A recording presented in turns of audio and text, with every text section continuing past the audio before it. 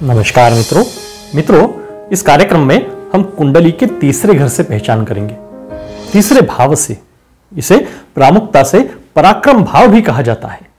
इस भाव से विचारणीय विषयों की हम जानकारी लेंगे, जैसे कुंडली के तृतीय भाव से कौन कौन सी बातों का विचार करना चाहिए तथा कौन से संस्कृत श्लोकों द्वारा इन बातों का वर्णन किया गया है।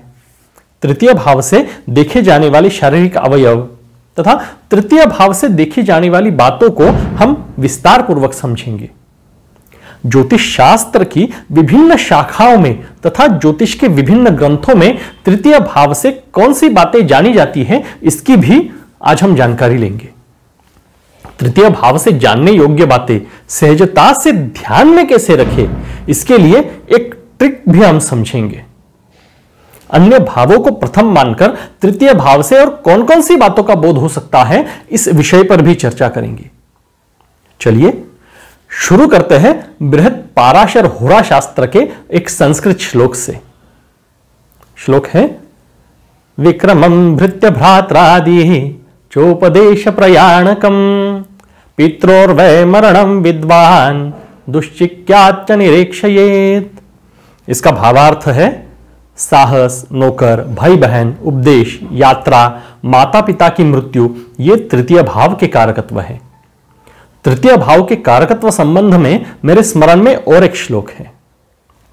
श्लोक है, ज्येष्ठानुजा स्थिति पराक्रम साहसानि कंठस्वर श्रुतिवराभणांशुकानि धैर्यश्च वीर्य बल मूल फलाशनानि वक्षे तृतीय भवनात् क्रमशो माधाखिलानी। सामान्य तौर पर तृतीय भाव से पराक्रम, कर्तृत्व, मानसिक बलवत्ता, छोटे भाई बहन, छोटी यात्राएं, पड़ोसी, हस्ताक्षर, लेखन, बौद्धिक रुचि तथा बौद्धिक बलवत्ता, भावनाओं को प्रदर्शित करने की क्षमता, शारीरिक अवयवों में कंठ, फेफड़े, श्रवण स्थान, कंधे, हाथ आदि देखे जाते हैं। इन्हीं बातों का एक एक कर विस्तार पूर्वक विचार करें तो बंधु सौख्य से तात्पर्य है भाई बहनों के साथ मेलजोल, भाई बहनों के कारण व्यक्ति को मिलने वाला सुख दुख, प्रेम द्वेष या झगड़े, भाई बहनों के संसार, उन पर आने वाली आपत्ति, उनका आरोग्य, आयुष्य, भाग्य, अमीरी या गरीबी आदि भाई बहनों से संबंधित सभी बातों का विचार तृतीय भाव को प्रमुख मानकर ही किया जाता है। व्यक्ति का हस्ताक्षर इस भाव से देखा जाता है, लेखन कौशल्य भी देखा जाता है। इन बातों का विस्तार पूर्वक विचार करें तो व्यक्ति का हस्ताक्षर सुंदर या खराब, सभी अक्षर एक जैसे या बड़े छोटे, तिरछे अक्षर तथा लेखन कला से खत लेखन से ग्रंथ लिखान तक का विचार इस स्थान से होता है। इसमें लिखने का कौशल्य, बुद्धिमत्तापूर्ण लिखान में भावनाओं को प्रदर्शित करना, दूसरे को अपने विचार अपने लिखान द्वारा समझा पाना, लेखन कौशल्य में भावना, मन, बुद्धि इनको उतार पाने का सामर्थ्य भी तृतीय भाव से देखा जाता है। लेखन संबंधी व्यवसाय जैसे न्यूज़पेपर, टाइपिस्ट, कथा लेखक, कवि, बुक स्टोर, ग्रंथालय आदि व्यवसायों के लिए भी इस स्थान का विचार आवश्यक है। लिखने पढ़ने की पसंद नापसंद, शास्त्र प्रेम, लिखने पढ़ने से होने वाले अच्छे बुरे संस्कार भी इस भाव से समझे जा सकते हैं। मानसिक तथा बौद्धिक दृष्टि से जातक का मूल्यमापन करने का यह प्रमुख स्थान है।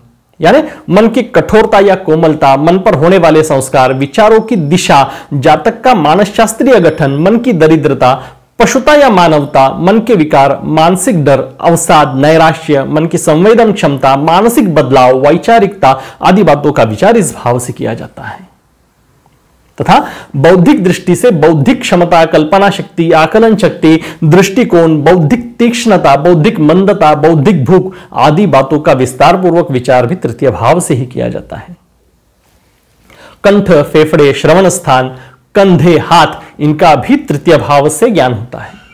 इस कारण व्यक्ति की आवाज, ध्वनि शाखा संबंधी ज्ञान, गायन कला, सुनने की क्षमता, कान संबंधी रोग आदि बातों का ज्ञान भी तृतीय भाव से होता है। तृतीय भाव पाप संबंध में हो या पीड़ित हो तो तृतीय भाव ने दर्शाए अवयव संबंधी रोग हो सकते हैं। अलंकार, वस्त्र इन संबंधी पसंद नापसंद, इंडोर गेम्स जैसे शतरंज, कैरम, ताश वगैरह, स्वदेश में की जाने वाली यात्राएं, यह भी तृतीय भाव से विचारणीय विषय है। संचार माध्यम भी इसी भाव से देखे जाते हैं। जैसे telephone, post, courier, mobile, SMS, email आदि। इन बातों से संबंधित व्यवसायों का विचार भी तृतीय भाव से ही करना चाहिए।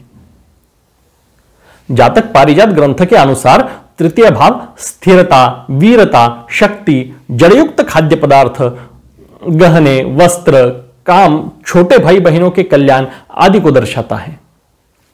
नाड़ी ज्योतिष के अनुसार माता पिता के पुनर्विवाह के संबंध में तृतीय भाव से विचार करना चाहिए। प्रश्न ज्योतिष तथा मेदिनी ज्योतिष के अनुसार तृतीय भाव संचार माध्यम, परिवहन यानी post, courier, telephone, mobile, fax, telecommunication तथा पोस्टल सर्विसेज, दूत का कार्य, अन्य देशों के साथ संधियां आदि को भी दर्शाता है। कृष्णमूर्ति पद्धति में परदेश गमन के लिए नवम और व्यय भाव के साथ तृतीय भाव का भी विचार किया जाता है। उत्तर कालामृत के अनुसार तृतीय भाव युद्ध, सैनिक, संपत्ति का विभाजन, सड़क के किनारे वाले स्थान, मानसिक भ्रम की स्थिति, दुख, कंठ, कान, भोजन, धर्म के संबंधित जिम्मेदारी, छोटे वाहन से की जाने वाली यात्रा, महिला सेवक, अंगुली और अंगूठे के बीच का स्थान आदि बातों को दर्शाता है। सर्वार्थ चिंतामणि इस ग्रंथ के अनुसार तृतीय भाव से दवाई, मित्र, शिक्षा और कम दूरी की यात्राओं संबंधी विचार करना चाहिए। सत्याचार्य के अनुसार जातक की मानसिक शक्ति, दृढ़ संकल्प और भाषा के बारे में जानने के लिए इस भाव का विचार करना चाहिए। तृतीय भाव से जानी जाने वाली बातों को एक ट्रिक के सहारे सहजता से ध्यान में रखा जा सकता है। तृतीय भाव का कारक ग्रह मंगल माना गया है। इस कारण मंगल से जानने योग्य बातें जैसे साहस, पराक्रम, बंधु सौख्य आदि इस भाव से भी जानी जाती है। तथा निसर्ग कुंडली में इस भाव में मिथुन राशि आती है। मिथुन राशि का स्वामी बुध है। इस कारण बुध के कारकत्वों से लेखन कौशल्य, हस्ताक्षर, बौद्धिक क्षमता, अभिव्यक्ति, तर्क बुद्धि, ज्योतिष के कार्य, दूत के कार्य आदि तृतीय भाव से भी विचारणीय विषय है। और एक बात विचारणीय है, निसर्ग कुंडली में तृतीय भाव में मिथुन राशि आती है। इस कारण इस राशि से जो बातें जानी जाती है वो इस भाव से भी विचारणीय होती है। जैसे इस राशि का प्रभाव फेफड़े, श्वास नलिका, हाथ, छाती, कंधे इन पर होता है। ये शरीर के अवयव तृतीय भाव से भी विचारणीय है। और सूक्ष्म में विचार करेंगे तो और भी कई तर्क, कई लॉजिक्स आपकी पकड़ में आएंगे। ये सारी बातें तृतीय भाव से जानने योग्य प्राइमरी बातें हैं। कुछ सेकेंडरी बातों को भी तृतीय भाव से जाना जा सकता है। इन बातों को समझने के लिए भी तर्क का उपयोग कर सकते हैं। जैसे दूसरे भाव से दूसरा होने के कारण भावात भावम, इस सूत्र के अनुसार द्वितीय भाव से जानने योग्य बातों को अधिक स्पष्टता से समझने के लिए द्वितीय भाव के साथ इस भाव का भी विचार करना चाहिए। इस दृष्टि से धन संचय, कौटुंबिक वातावरण, वाणी इन बातों का विचार द्वितीय भाव के साथ इस भाव से भी कर सकते हैं। चतुर्थ भाव को प्रथम मानकर गिने तो कुंडली का तृतीय भाव चतुर्थ भाव से 12वां आता है। 12वें भाव से प्रारंभिक दृष्टि से खर्चा, नुकसान, बंधन, मोक्ष, धर्मनिष्ठा आदि बातें जानी जाती हैं। और चतुर्थ भाव से माता, भूमि, भवन, वाहन, सौख्य आदि बातें देखते हैं। अब चतुर्थ भाव से देखी जाने वाली बातों को 12वें भाव से देखी जाने वाली बातों में मिलाएं तो माता का नुकसान, घर का नुकसान, सुख का व्यय यानी दुख, वाहन यानी गाड़ियों का नुकसान आदि कई सारी बातें और भी पता लग सकती है। इसी तर्क के आधार पर संतान के लाभ, विद्यार्जन से मिलने वाले लाभ, प्रेमी प्रेमिका के मित्र आदि बातें पंचम भाव को प्रथम मानकर देखें तो कुंडली के तृतीय भाव से पता चलेगी। वैसे ही षष्ठ भाव से विचार करें तो मामा का कर्म, सप्तम से विचार करें तो वैवाहिक जोड़ीदार का भाग्य, धार्मिकता, यात्राएं आदि भी तृतीय भाव से पता चलती है। 8वें भाव को प्रथम मानकर गिने तो कुंडली का तीसरा भाव 8वां आता है। भावात भावम इस सूत्र के अनुसार अष्टम भाव से जाने जाने वाली सभी बातों का सूक्ष्म विचार अष्टम भाव के साथ इस भाव से भी करना चाहिए। अष्टम भाव से आयुष्य योग, दुख, विघ्न, मानसिक क्लेश, अफवाहें आदि बातों का विचार किया जाता है। इस कारण कुंडली के इस तृतीय भाव से भी इन सभी बातों का विचार करना चाहिए। कुंडली में षष्ठ, अष्टम और द्वादश भावों को त्रिक भाव ऐसी संज्ञा है। ये तीनों भाव अशुभ माने गए हैं। इन्हें अशुभ क्यों कहा गया है, इसका डिटेल विवरण हम इन भावों के संबंधित वीडियोस में समझेंगे ही। लेकिन तृतीय भाव भी अष्टम से अष्टम होने से इन भावों के बाद अशुभ माना गया है। दशम भाव से छठवां होने के कारण कर्म में बाधाएं, नौकरी संबंधी विचार, पिता के शत्रु तथा रोग आदि बातों के संबंध में भी कुंडली के तृतीय भाव से विचार करना चाहिए।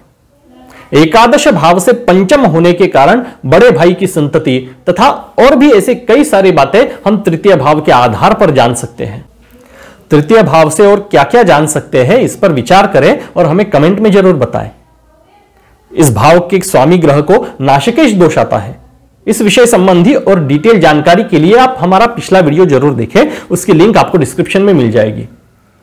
फलित को कैसे समझा जाए, इस विषय पर भी आगे वीडियोस बनाएंगे। उन्हें समझना हो तो इस चैनल को सब्सक्राइब जरूर करें तथा बेल आइकॉन को जरूर दबाएं। चलिए मिलेंगे अगले कार्यक्रम में चतुर्थ भाव के साथ। बस जुड़े रहिए और ज्ञान बढ़ाइए। नमस्कार।